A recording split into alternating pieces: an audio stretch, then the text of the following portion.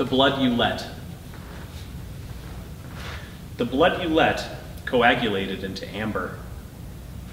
You enlisted leeches, siphoned syringe, but still felt weak, foolish, transparent, bureaucratic, and in the end remained the Infanta. You sought mirrors, gained mirrors, took on mirrors and the endless corridors they elicited. Thinking it might give window into your infirmity, we propped you opposite mirrors. You grew impatient, mutilated them. You wore magnets arranged about your person. You called for absolution and, absolved, resolved to die outside the church. Your eyes toggled, flickered, failed to lock onto anything. You grew spotted, suffered bumps, a braille networking your flesh. We took to stones, warmed the stones, configured them on your person. We solicited healers who opened you up, peered around, and for this we paid them. They smeared you in balm, nearly embalmed you. They siphoned out your breath, replaced it with an air brewed from ash and tar. They sent for tubes, for a length of tubing, and at this I had to intervene. This next one is the first poem in 3 different sections. It's the first poem of the collection of the book, called Gothic Novel.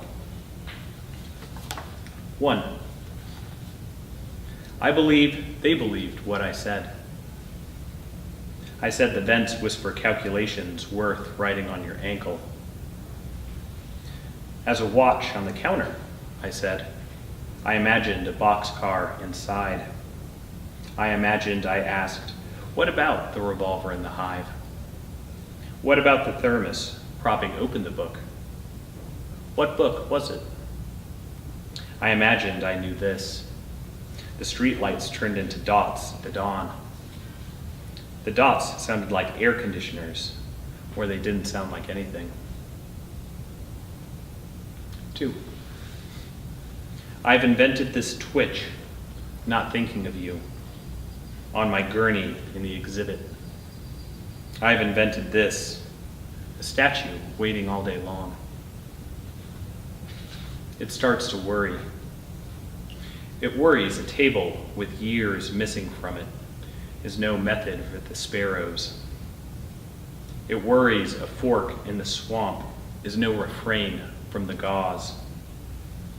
In the swamp, I asked myself, because I knew not whom to ask, did they mention a shawl? 3. A lens is incapable of noise, even in that hut.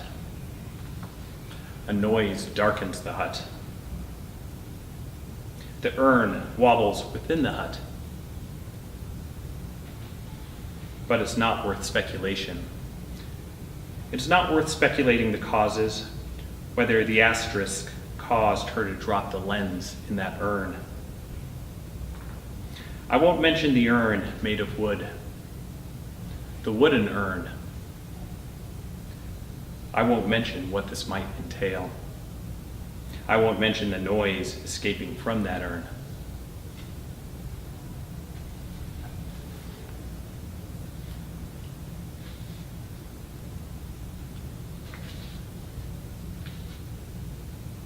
This next one is called The Mourners. In the middle of the night, the mourners collected on our lawn. They tested our locks, pried open our entrance, gained entrance. They peopled our rooms, took stock, accounted for our plugs, what we had with which to populate the plugs. They tracked in mud, muddied up the place, placed their trash where they saw fit. They rattled our cages of fowl. They infiltrated our provisions, provisioned them out. Some of the mourners were family, others familiar, as a pet is familiar, returning years later, stitched up from experimentation. They tethered us to our grief when all we wanted was to flee the grief. They siphoned out our grief in the event our grief should be reconstituted into another. They quoted from their volumes, took shelter though no shelter was offered. They spent all night ranting in the yard.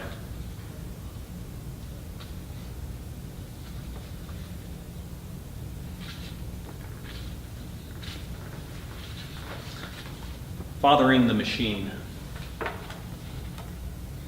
I filled it with stones because stones gave it weight. Sponging it with a tenderness reserved for flesh, I elicited only rust. I could tell by its cheerful expression it was too stupid to be of any use. I rocked it in my arms and, unable to shoulder its girth, buckled. I dressed it up, put it in a dress, a bonnet, alternately an ascot, tailored it a boxy blazer. I made it atomic, anatomic, altruistic, removed that glitch, gave it a disposal. I gave it a stutter, a stammer, an oral fixation, a trick lens, one appendage shorter than the other, each successive appendage suffering from the same affliction. I gave it a gearbox, a fuse box, a black box, a glove box, a wallet, a prophylactic. I gave it fear and a public education, humility and ironic detachment. I gave it a name.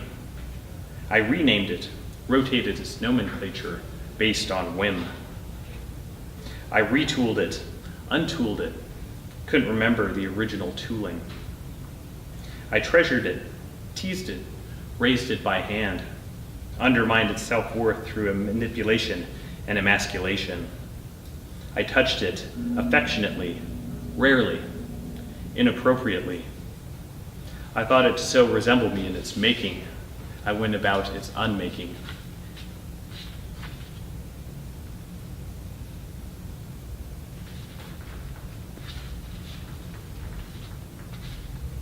Many of the poems in the collection are prose poems, not broken up into lines, like solid text such as this one. This one in particular is a prose poem called Public Record. How we engineered rain, how we bludgeoned the harvest, how the shelter eroded, how we eked out survival in the trees, how we used the trees for our livelihood, how we peopled the valley, abandoned the valley, repeopled it, how industry became acquainted with the valley, how the valley industrialized, how thought became its industry, how institutions emerged as our factories, how age eluded us, how we eluded age, how the mechanism arrived in our sleep, how species happened, how we learned the science of the lake, how we submerged the town.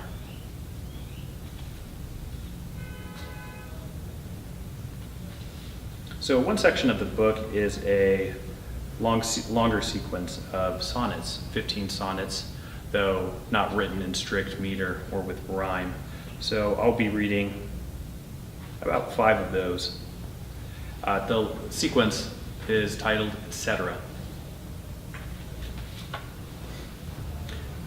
There were doctors, doctors of teeth, doctors of feet, doctors of brains, doctors of the beasts.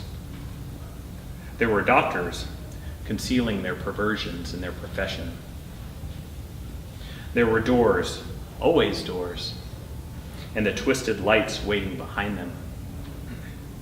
There were underwater lights, atmospheric lights, the lights populating the mind of a cat. There were few choices.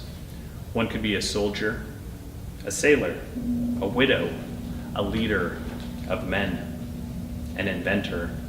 There were weathers and the predictions of weathers, and we only confused them in our minds. There was a science smuggled inside us that turned blue during the eclipse.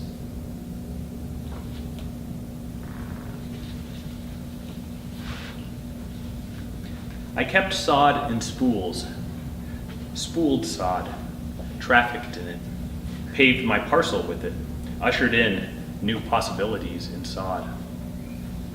I went about unsleeping, excelled at it for days. I alternated unsleeping and hypersleeping until my glands were permanently damaged. I funneled elixir down my gullet, took it down and gave it chase with a brew eliciting its regurgitation. I studied the evacuate, the puddle, its colonies of half-dissolved matter and pockets of iridescence. My insides writhed. I lost my functions. I rested in the tender embrace of a satellite dish, unaware of the transmissions passing through me. I ruthlessly slept, and in sleeping, disrupted the feed from the satellite circling above.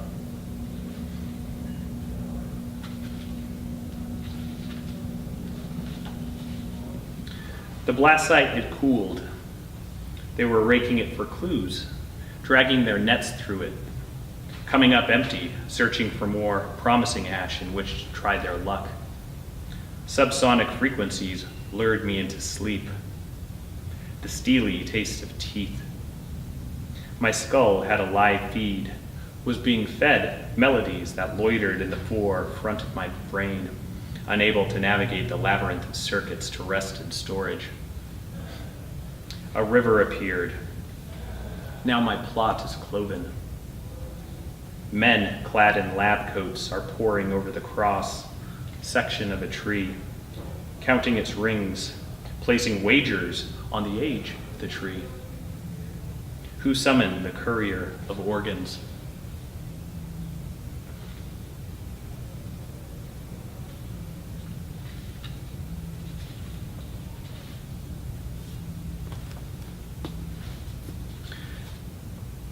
They're exploring the sewers by torchlight, torturing themselves to solve their way out.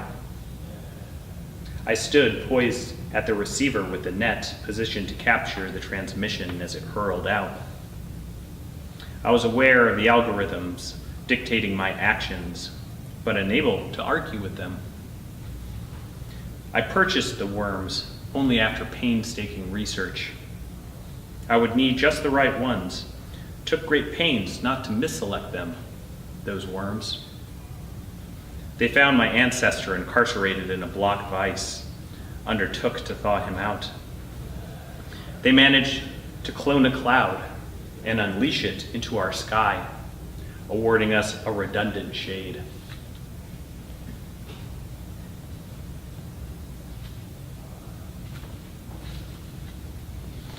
The bacteria inhabiting my blood developed methods to police my blood, to administer justice. I awoke to inspect what had accumulated in the net during the night. Despite your urgings, I aggravated the wound, wound up infecting it, and now its ache prefigures amputation. I walked the path, culminating in factory. Saw them there, clamoring around the vats, pouring in numbers, stirring them to elicit grotesque new integers.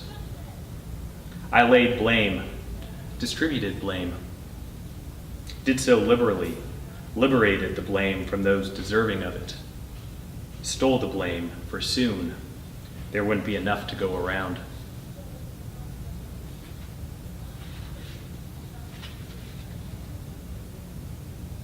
I was haunted by one of the humors, but couldn't tell which.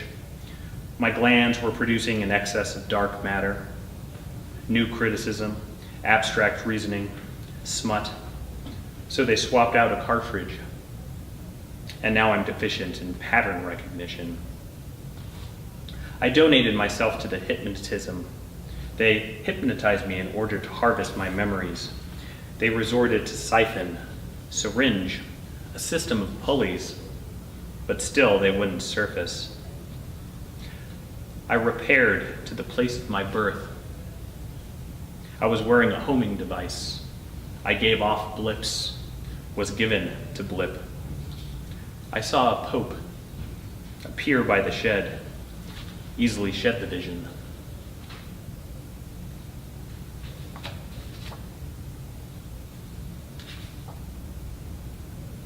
This next poem is called What the Wires Feed.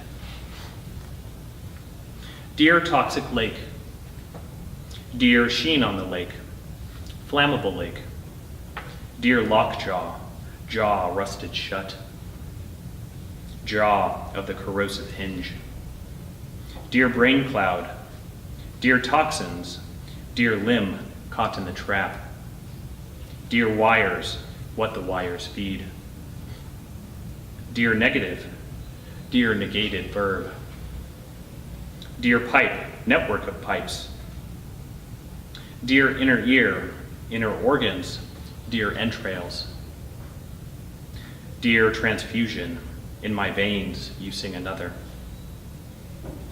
dear father inside the urn, dear ash, dear dark inside the urn, darker still.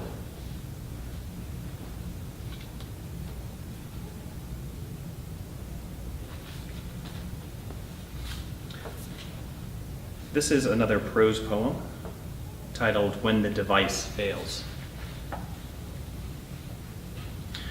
When the device you invented has failed you, brings shame upon you, humiliates you, when it becomes a conglomeration of malfunction and miscalculation, dump it down the well.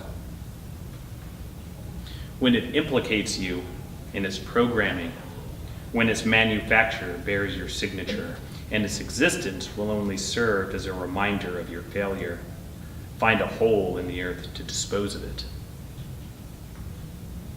Say a few words before you do. Commemorate the occasion. Wait until the sky is gauzed with clouds, after it's been bled of light, when the device suspects nothing. Drag it through the dirt, for it should not be sent into the earth unacquainted with the earth. Bludgeon it with weapons requiring no moving parts. Disfigure it, nurse it, spit on it, cradle it, weep into it. Tell it your fears, your true stance on the hereafter. For hereafter it will have no one with whom to share your disclosure. Ask if it requires absolution, and if so, administer it yourself, even if you lack the authority.